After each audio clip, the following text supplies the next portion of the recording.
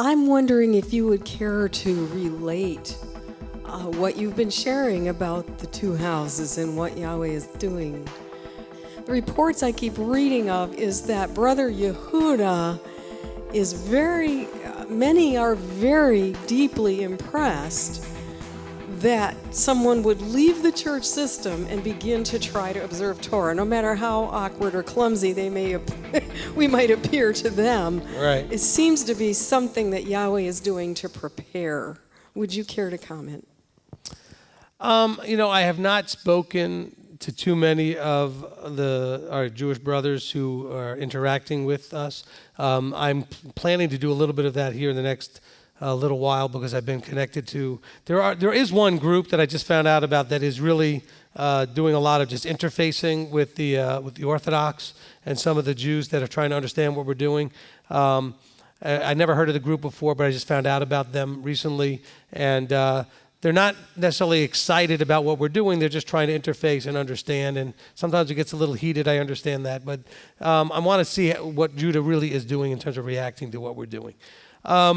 We also have to remember that we're too zoomed in sometimes that what may be a big movement going on right now may just be another one of those waves. I've been in here long enough to know that I've seen this before, and then it's had that pause where Abba shakes the tree to see what he's brought in, and then we have another increase again as some people fall out and that kind of stuff. So I'm a little reluctant to decide that this is, more than it may be, because we've had a couple of waves in the last 20 years of, increases of people coming in from the churches and from the Gentile world, even from the Jewish world, into the body of Messianic believers, Torah observant believers in Yeshua, and yet at the same time, I don't know if this is more or less than we've seen in the past, because there have been some pretty good-sized movements. So I'm just still watching, But as far as the communications with people, I have not had a discussion, so I can't really address that.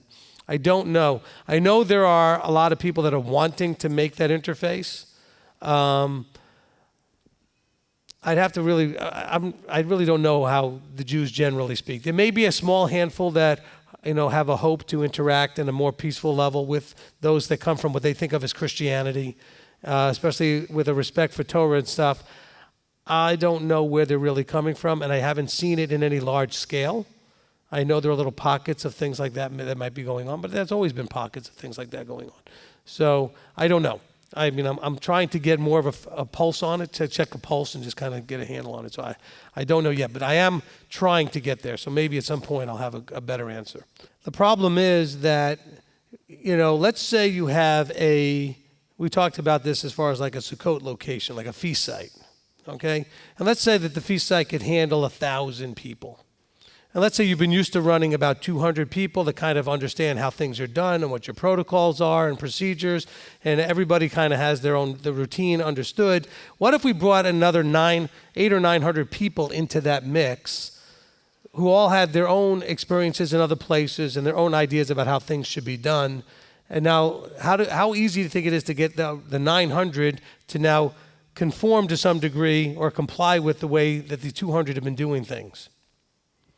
See, what we have is this huge influx of people coming out of the churches, but they're bringing a lot of that Gentile mindset with them that they haven't. I mean, it takes time to deal with. I'm not picking on them. You can't walk out of a church and immediately have your head the whole thing change. Your heart and your head is just not instantaneously going to shift, all of it. You're going to have some shifts. That's why you left. You wouldn't have left if you didn't have a couple of things that were going on. But you may, like I've said over and over again, you may have figured out that the mechanics need to change. So you switch from Sunday to Saturday. Maybe you stop doing Christmas and Easter, and now you're looking at the feasts. Because I watch people contact me for the last, almost 20 years saying things like, okay, I'm just new at all this, and I started figuring out the Sabbath, and now I'm looking at the feasts. I mean, there's sort of a process of this. But even after they get those things, the mindset, positions, doctrines, understandings still are going to be very hard to undo. The charismatic, the Lutheran, the Baptist, the Catholic, whatever denomination you came out of, is not thinking like that is going to be very tough. As a matter of fact, somebody posted either a Facebook message to me or a YouTube saying that they hear that coming out of my mouth. Like, okay, maybe there's something, I don't know. I mean, it's always possible that those things, I mean, I never really spent time in that place. I had that brief little time in a Torah observant church, but not much there. But, and I'm certainly not going to have the vanity or ego to claim that I never have anything come through. It's not exactly the way it's supposed to be, because I'm just a vessel, and as a vessel, I'm flawed like any other vessel.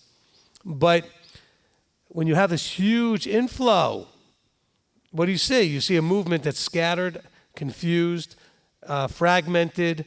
We know, you don't know, and every group thinking we know, you don't know, we know, you don't know, And so everybody thinks they know everything. Everybody's off in these tangents and all over the place. And yet, how would you expect to be the two in one hand, and we can't even pick the same days to meet? Because we got 37 calendars going on. I mean, this is where the body is. How are we supposed to come together as one? And so, we've got people now doing, I don't even want to get into the list, but just whatever they're doing, but they're coming in, and almost all of this confusion is not coming from people that have been doing this for 15 and 20 years. It's coming from people that have been doing it for 1.5 to 5 years. And all of a sudden now everybody's following them. Of course, I've said this before, and now people are accusing me that I've said, well, you only can learn from a rabbi, or they all have to just listen to me. No. But you shouldn't be listening to somebody who's only like 5 feet in front of you, and you left the church 5 minutes ago, and they left it 10 minutes ago. What makes you think they know any more than you do? And so why is the body so messed up and so confused and in such confusion? It's because we had this huge influx. And Abba's going to allow that influx to settle down, I think, at some point, and let it kind of sort itself through. Otherwise, it's like getting a tsunami. It's just going to flood and overwhelm everything. Because you're having all of this stuff coming in, and all these multiple ideas and multiple voices all saying everything that you can possibly think of. Some voice out there is saying it. And it isn't helping. It's only confusing. And then you know what happens? Those whose roots didn't go really deep, like the parable of the sower and the seed, they get blown out. Because it's not, at least when they were in the church and they were a whatever denomination, everybody was pretty much on the same page in their one little place. And that one little place wasn't just 5 people. It was the church all over the world with thousands and thousands and thousands of members. Okay, of whatever your denomination was. But now you're lucky if you can get a dozen people together in your town or in your house, and even then you got 15 different opinions. And we just don't have that kind of cohesiveness. So this all comes from this influx, and then you add into it the bilateral ecclesiology guys. Oh, the Christians who come into this movement love that stuff because it doesn't require them to hardly change at all. Okay, all they're asking them to do is maybe switch, to Saturday from Sunday more than anything else. I mean, they're told they can still do Christmas and Easter. They're told they could eat whatever they want. I'm not making this stuff up. Okay? And somehow we're one in Messiah. No. Joel Chernoff has the song, Jew and Gentile, one in Messiah. Okay? Well, but if you actually have that happen, then we're not Jew and Gentile anymore. See, the song never actually gets there. It starts right. And I'm not picking on Joel either, but I'm just saying I like the song, Jew and Gentile, one in Messiah, right? One in the olive tree. Yes, but they're not Jew and Gentile anymore. That part is the part that everybody who's out there fighting over this one house, two house, whatever, and they're not getting the becoming one part. And the becoming one is you don't just get to keep doing what you want and the way you want. You have to become assimilated into the Elohim of Israel. It says, your ways are my ways, your people are my people. What are the ways? Torah. I mean, you have to now shift from the world's ways, the Christian ways, whatever system you were in's ways, to Yah's ways. And Yah's ways are Torah. And then you say, you wonder why I'm exhausted. I got to fight these battles all over the place all the time. It's hard. And when I say fight the battles, I'm not fighting against the ones who are teaching these different things. I'm trying to unravel the confusion when people contact me who've been immersed in those things. Because they came out of the church and right away they found themselves in one of those things. And now they're more confused than when they started. One of the things that I was just kind of thinking about was I've noticed that those in the church, because I still have a lot of friends, that they were actually really seeking the Father. And I know that as, it's our walk that basically speaks. But I also found when you had shared the one thing about saying that you can't read just the back, it's like reading the back cover and never seeing the whole book. In order to really grasp and understand, you have to have the old and new together. And in Christianity, there's such a lack of Old Testament really studying and encouraging their people. And now I'm just seeing for myself with my friends and the people around that are really hungry. They're starting to really look at the old, and by me saying that little bit to them has really challenged them to actually kind of start looking for themselves. Okay, well, I appreciate that. And by the way, I'm going to use I don't know if it's going to be a good analogy or not, but I'll try. Okay? Let's say that you were raised and you grew up just loving chocolate. Okay? That's your flavor. All right? And now I want you to embrace, vanilla or cherry or some other flavor, right? And so you may be reluctant to really fully embrace that new flavor, but what if I gave you, strawberry or whatever, cherry or whatever the ice cream was, or if, let's say it was dealing with ice cream, vanilla, and I put some chocolate in with it. Well, now it's still going to have that familiar thing that you like. You already like the chocolate. So instead of having to just let go of the chocolate and now fully embrace something else, but it's still got some chocolate in there, so now it's comfortable and you're familiar with it and you like it, but it also has this other thing which you wanted because you wanted to expand your horizons and learn something else, and that's what people are doing. They're finding these mixes where they're Messianic, they're not the church, and they got some Torah observance in there, but not completely. And so people tend to gravitate to the Messacostals and the Messabaptists and the Methyl Catholics and because it's got just enough, maybe not of the mechanics, but at least of the mindset that they're comfortable because of the familiar that's now mixed in with the unfamiliar. Because like you said, Sherry, if they don't have enough understanding of the Old Testament and the Tanakh and the Torah, they don't know that the person teaching them is incorrect. Because they don't have the knowledge base and understanding base to know that what they're being told is incorrect. And you can't believe the stuff that we get from people and I'm not picking on the people. They're so confused because they'll say to me, well, I heard this, is this true? And I heard that. I'm like, where did you hear that? And some of the things are like, whoa. But it's a mixture, okay? It's a mixture. If you're, it's like, why do kids who like ketchup put ketchup on everything? Because I know I like ketchup, and I can put the ketchup on everything, and then at least it's going to taste like ketchup, okay? If I put enough, it doesn't matter what it is, if I can cover it. And that's kind of what you see. You see these congregations that are still very like whatever that denomination underlying it was, and the leader of this group is now going to bring that underlying either, whatever that denominational mindset and positions and doctrine in, and so people are comfortable there because there's enough familiar, but it's also enough of what they were looking for when they started asking, like you said, that genuine seeking. So they're genuine in their seeking, but it's scary and uncomfortable to step completely out there. So they tend to drift and gravitate into these places that are sort of like where they came from, but different enough, that they feel like they're getting somewhere. It's not helping. It's not really helping. And so let's pray that those people eventually find a more pure version of what they're looking for. So and I'm not claiming this is the perfect pure thing, but more pure than, some of these places that are clearly, led by, and I'm familiar with a lot of these places that are led by pastors who literally just took their church and changed from whatever they were into Messianic and never put the mic down to retrain, retool, redisciple. So all they did was change from Sunday to Saturday and start keeping the feasts and give them Christmas and Easter. But when you ask them about anything doctrinally, they're still Baptist or Methodist or Pentecostal or whatever they were. If they were Trinitarian, they're still Trinitarian. If they were, pre-trib, post-trib, whatever trib, they're still, whatever they were has not changed. Mechanics have changed generally. Can we agree on that? Okay?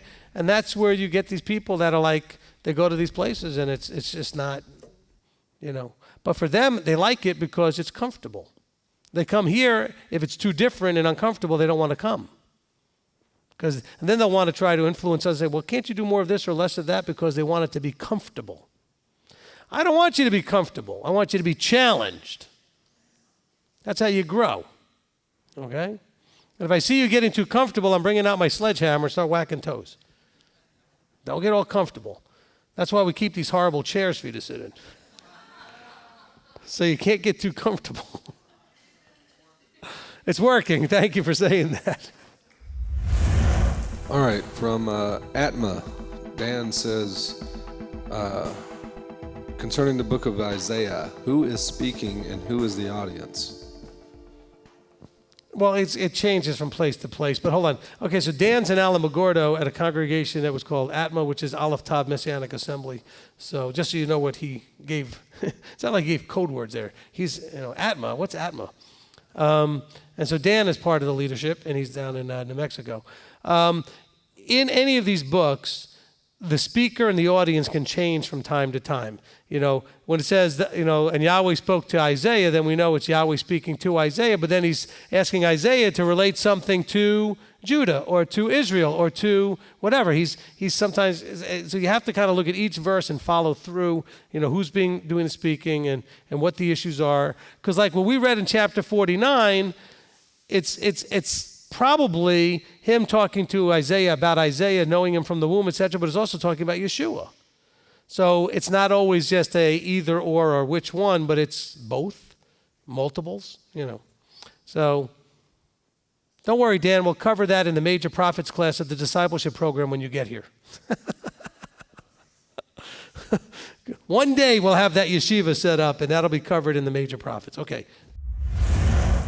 Randy Fraser wants to know if you think the Gentile believer will be assigned to one of the 10 lost tribes during the millennial reign. That's a good question. All people will be assigned correctly to their tribes in the millennial reign. That's what I think. Everybody's going to be eventually know which of the 12 you're supposed to be attached to, as a companion of, or because maybe you have that bloodline, you didn't even know it. So everybody will be assigned and placed in their proper tribe. Okay? That's a good question. And will it be done during the millennium? I think that's probably a good time that it might happen. The word is also called the two-edged sword. Wouldn't that be what is coming out of Yeshua's mouth, the Torah? Yeah, absolutely. I thought I said that. I'm not sure. I thought I said that, but yeah, absolutely. The word that's coming out is a two-edged sword. Yeshua, it says, out of his mouth comes a two-edged sword in Revelation. The same thing we read in Isaiah, about my mouth is like a sharp sword. And of course, because what's coming out of it, and it cuts right down to the bones and the marrow, is the word of Yahweh. If the prophet, if the speaker is actually an inspired speaker and doing inspired speaking, that's called prophecy. It's going to cut. That's the difference between a teacher and a prophet. A prophet is not just speaking the future or some other thing like people have always been taught. It's simply speaking the word of Yahweh with authority, and that authority feels a little different than the teacher just kind of instructing you on the mechanics or the mindset or whatever it is you're supposed to understand. The prophet is cutting because the prophet, he's expecting you to do it. That's the difference. He's also the one that's going to get in your face and say, and if you don't do it, this is what's coming. Okay, the teacher isn't going to be focused on that as much, okay, because the teacher is instructing you. The prophet says, you should already know this. Now that you've been instructed, let me make sure that you have a motivation to understand why you need to be doing this, because if you don't, this is what's coming. The Torah being shadow and foundation, but no one notices the foundation once the house is built. Okay. I mean, that's a good analogy, saying, look, if the Torah is the foundation, if you think of that as the same analogy of building a foundation, building your house on it, how many people think very much about their foundation unless it cracks and leaks or something? I mean, you don't think about it. You build the house on it, though. Of course, we have the parable of the wise and foolish builders, which, by the way, is one of the parables the children did at Passover and unleavened bread. Also, the sower of the seed parable they did in unleavened bread. So these are also parables that if you speak to the children, they will be very familiar with. Okay, but yes, I appreciate that analogy. That's a good one. It says if you don't build it on the rock, we know the rock is Yeshua. The Yeshua is the Torah, the Word. The rains are going to come and the floods are going to come and wash it out and the whole thing, and great will be its fall. Dominique Watzel asks, what about Hebrews 10:9? When he says putting away the first, is it maybe talking about the temple which is in heaven now? Well, there's things that are going on in Hebrews which is talking about primarily about the priesthood. But understand what he's saying is, look, if you've been embracing the shadow, you don't need to embrace the shadow when you have the real. Yeshua is the fullness and reality of what Torah is all about. If you're embracing it, you're not taking away and getting less. Now you're getting the full thing. It'd be like, for example, let's say I carried around with me a picture of this new car I want. And I've got this picture of this car, and I got this picture of this car, and then I buy the car. Do I really need the picture anymore? No, I've got the car. Now, did that do away with the picture? No, the picture was just pointing me to the reality that's the car. So Yeshua should inspire us more to Torah observance and submission because we see what it brings. It makes us like him. So it's not that you're no longer holding on to the first, which was the Torah. Now you see the fullness of it. You're not just seeing the shadow anymore. So stop just looking at it as a shadow. More fully embrace it. So it's actually inspiring you to ramp things up. Now, when it talks about first and second, a lot of times in Hebrews, it's talking about the priesthoods and changes of priesthoods. That's a whole different thing, okay? So I didn't want to go too far into Hebrews because I didn't want to stir up that whole thing until because we've dealt with it a little bit in some of the other teachings. We'll deal with it again at some point. But I wanted to make sure to bring out this hidden shadow thing that is pointing out it's not like the shadow just goes away. If you see my shadow and you're not sure, but you think it might be me, and then you turn a corner, because my shadow might extend beyond a corner of a building, you may be coming from that direction and see the shadow and go, oh, I know I was meeting Rabbi here, and I see a shadow. Maybe that's him. Then you turn the corner, and you see it is me. Now, you're going to focus your attention still on the shadow?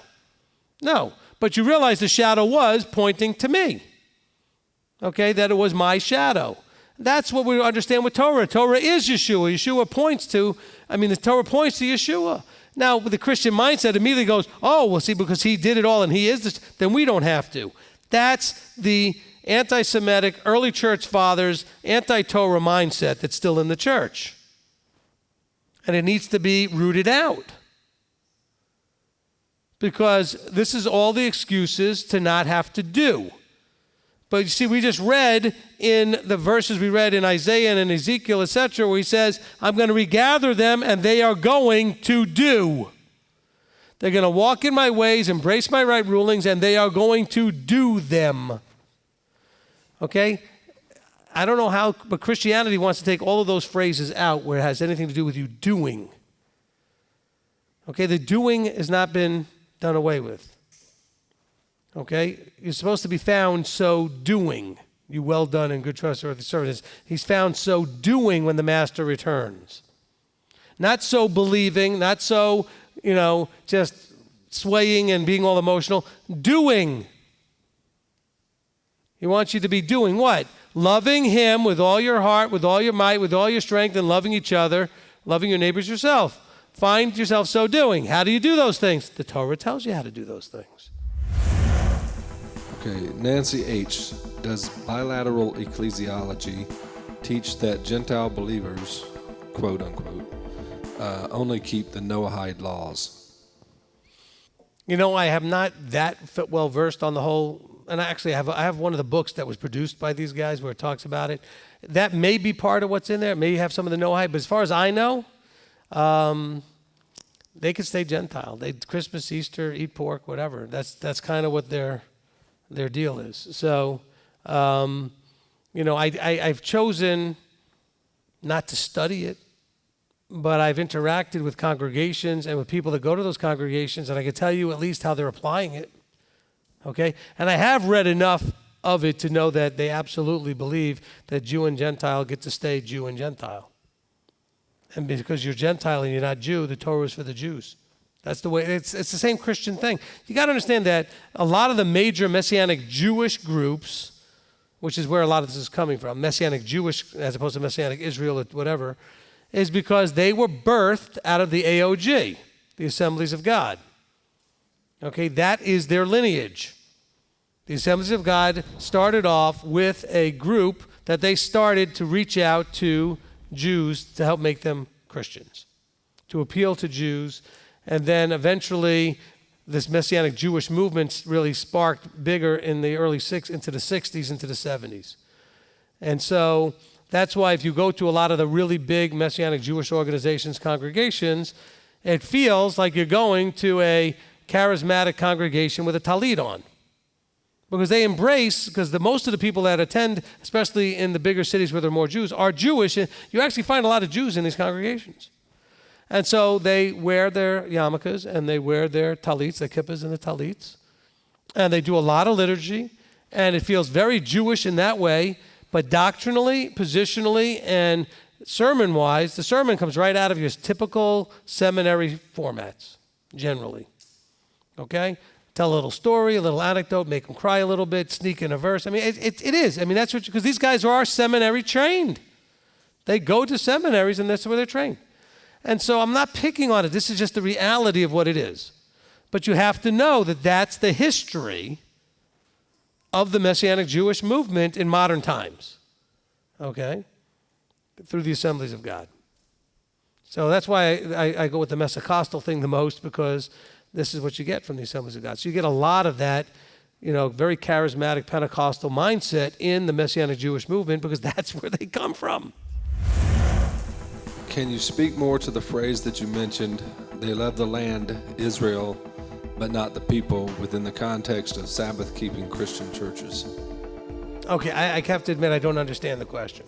I mean, I understand both parts of it, but not how they actually have anything to do with each other. Okay, so you want me to explain the phrases I was talking about? Look, we have people that are Christian Zionists that are very excited about the land called Israel that was formed in 1948. They even like Jewish people who are walking around as Jewish people, and they might even try to, harpoon a few and get them up on their mantle as a Jew that I got to convert or something. But when I talk about Israel, I want to be careful that we're not talking about that nation that the United Nations put together, that the governments of the world decided to form in 1947-48, okay?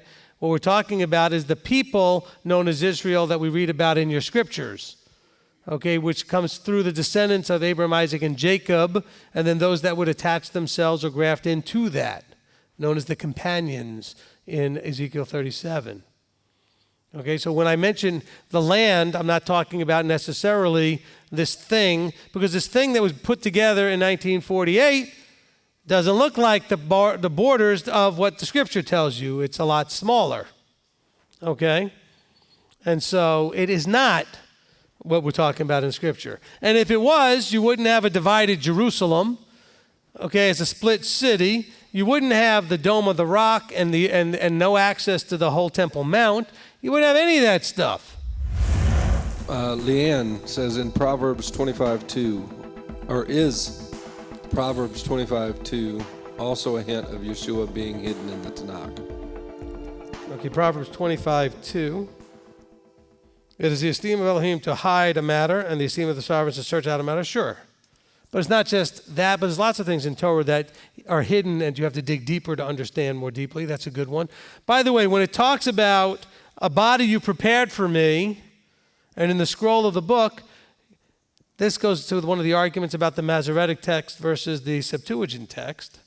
When you go to the Masoretic text, the psalm that's quoted from doesn't say that anymore. Instead of a body you prepared for me, it says, my ears you have opened. And so, but if you go to the Septuagint, it says the body you prepared for me. So one of my struggles when I went on my journey for 7 years was, who stole the body? Where'd the body go? Because I know where that verse is quoted from, because my scripture that I used to have had a footnote saying that verse comes from here. And then I went to that verse over there, and it wasn't there. Because it depends on the translation and what the underlying translation is based on. So those are some interesting things that you learn as well. So this is part of the fun of the journey. In the interest of unity and not a lot of different things, are we supposed to, quote, follow Brother Judah because he has the scepter, end quote? All right, that question feels like such a terrible trap. Okay. I think I answered this when we talked about it when we got to Genesis 49, okay? Yes and no. We are going to look to Judah. We'd like to see a lot more of Judah leading within the body that believes in Yeshua, because Judah does have the years of experience, and the scholarship is what Genesis 49 talks about. The scholarship, responsibilities is Judah's responsibility. So what I've often said is that if there's something that is not overtly clear in the book, in the scriptures, that I generally am very comfortable to defer to what Judah does. I know I need to wear tzitzit. Numbers 15 tells me I need to wear tzitzit. I have no idea what that looks like. So what do? I'm pretty comfortable going to Judah for that.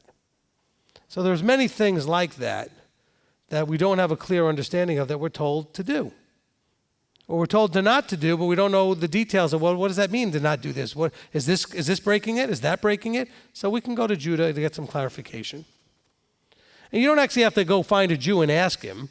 I mean, Judah has tons of writings, which your teacher should be familiar with, that explain these things, whether they're the Shulchan Aruch, or whether they are the Talmud, or whatever the writings are, which have all kinds of 2,000 years of discussion of these things and the conclusions and the decisions that were made about how to or how not to do certain things, okay?